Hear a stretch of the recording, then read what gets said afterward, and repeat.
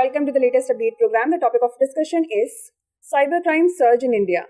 Recently, the CEO of the Indian Cybercrime Coordination Center, that is I4C, highlighted that India is facing a rise in cybercrime, averaging more than 7,000 complaints daily up to May 2024. He also stated that many cyber fraudsters targeting India are believed to be operating from key locations in Southeast Asia. These include Cambodia, Thailand, and Myanmar. Most cyber fraud incidents involve fake trading apps, loan apps, gaming apps, dating apps, and algorithm manipulation.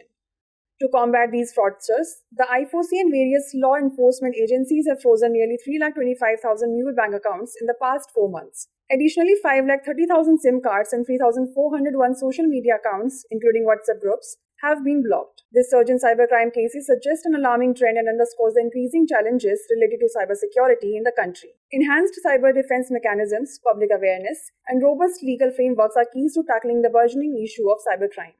In line with vision of a cyber-safe India, Ministry of Home Affairs inaugurated Indian Cybercrime Coordination Center, that is I4C, in January 2020 to deal with cybercrime in the country in a coordinated and comprehensive manner. I4C is envisaged to act as the nodal point to curb cybercrime in the country. A citizen-centric National Cybercrime Reporting Portal, that is NCRP, was launched in 2019, which is one of the most significant achievements of I4C. Now it's the time to test your knowledge. The question is, Indian Cybercrime Coordination Center is an initiative of which of the following ministries? Ministry of Electronics and Information Technology, Ministry of Information and Broadcasting, Ministry of Home Affairs, or Ministry of Defense? Send the answer to this question in the comment section.